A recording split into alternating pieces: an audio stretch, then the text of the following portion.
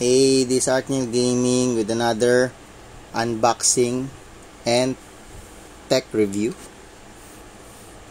Meron tayong nakuwang battery pack magnetic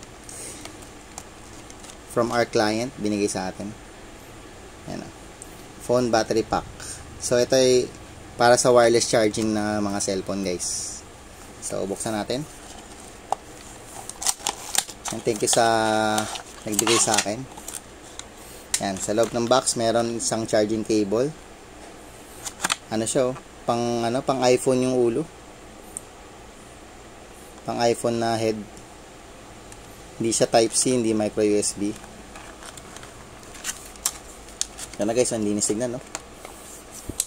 Parang yung mukhang Apple na na device yung pang music. Nakalimutan ko na tawag dun eh. Ayan guys, output 5 volts, input 5 volts, 2.1 amperes, 10,000 mAh. Medyo magaan siya. Ayan, mukha siyang power button, no? So, ayan, likod na guys. Yan, voice ng voice ng tatak, the number 1 paint. Hindi ito sponsored. So, paano bang wireless charging? Siyempre, ididikit mo to kung saan yung battery nung cellphone mo. So, meron tayong oops, sorry. Nahulog. Bloopers. Meron tayo ditong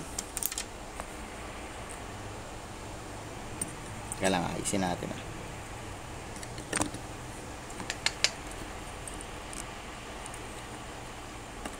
wait. Hindi na siya balance loads. Yan. Sorry guys sa technical difficulties.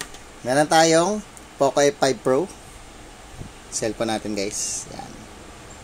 This supports 30 watts fast wireless charging. So dikit natin guys, natin gagana. Dito sa likod yung niya yung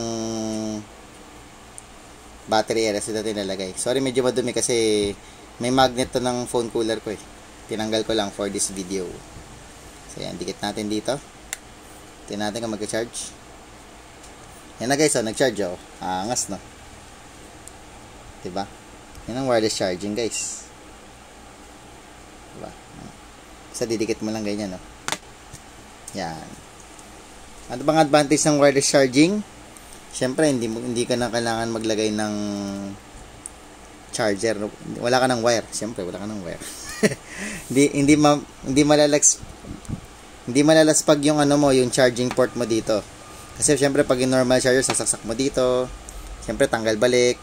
Habang tumatagal, nag-wear and tear. Pero pag wireless charging, lalagay mo lang sa likod. Yan, lalagay mo lang sa likod. Nilalagay mo lang sa likod guys. Tapos, kung tinatawag si Google nilagay mo lang sa likod. Para yan, nag-charge na siya agad. Hindi ko lang alam kung gaano kabilis kasi 5 volts ng output eh. Feeling ko baka hindi ganun kaya. Nakita nyo. Natin. Yan, 94. Eh, may flashlight kasi ako guys eh. Sorry. Yan anyways, yan na yun guys. Sinow ko lang guys. Another feature ng Poco F5 Pro natin. Wireless charging. Ganda guys, no? So guys, thank you for watching. Bye bye.